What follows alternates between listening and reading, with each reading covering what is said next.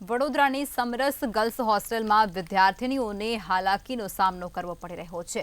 સમરસ હોસ્ટેલમાં 1000થી વધુ વિદ્યાર્થીનીઓ રહી અને અભ્યાસ કરે છે, ત્યારે હોસ્ટેલમાં ઘણી બધી અસુવિધા હોવાને કારણે વિદ્યાર્થીનીઓને ભેગા મળી અને વોર્ડનને ઉગ્ર રજૂઆત કરી હતી, જેમાં વિદ્યાર્થીનીઓએ 2ની જગ્યાએ એક જ કાઉન્ટર મૂકવામાં આવતા હોવાનું પણ જણાવ્યું છે અને તેના લીધે વિદ્યાર્થીનીઓને હાલાકીનો સામનો કરવો પડી રહ્યો છે।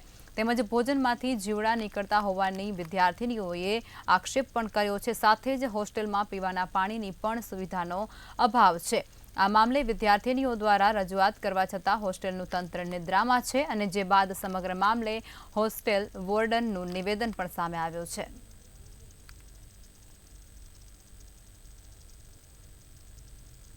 જમવાની અને પાણીની બહુ જ સમસ્યા છે। અમે કેટલી વાર બી ફરિયાદ કરેલી છે, પણ કોઈ બી લાસ્ટ 3 મંથથી અમે ફરિયાદ કરે છે, પણ કોઈ ઇમ્પ્રુવમેન્ટ દેખાતું નથી।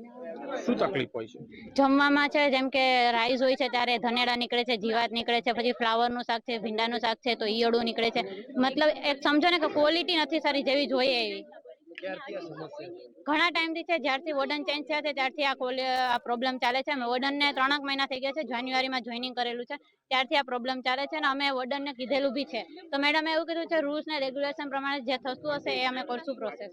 કે જે ફૂડ રિપોર્ટ છે, વોટર રિપોર્ટ છે, એ એવરી ટાઈમ જે તે કન્સર્ન ડિપાર્ટમેન્ટ દ્વારા અહીંયા સબમિટ કરવામાં આવે છે। એજન્સીને વારંવાર જે ઇમ્પ્રુવમેન્ટની જરૂર હોય ત્યાં લેખિતમાં અને સુપરવાઇઝર જે રૂબરૂમાં હાજર છે એને કચેરીમાં બોલાવીને વારંવાર ઇમ્પ્રુવમેન્ટ માટે સૂચના આપવામાં આવે છે। વિદ્યાર્થીઓને સ્વાસ્થ્ય સાથે ચેડા કરવામાં અમે કોઈ રસ ધરાવતા નથી અને વિદ્યાર્થીઓની કોઈ પણ રજૂઆત બાબતે તુરંત જ એક્શન લેવામાં આવે છે।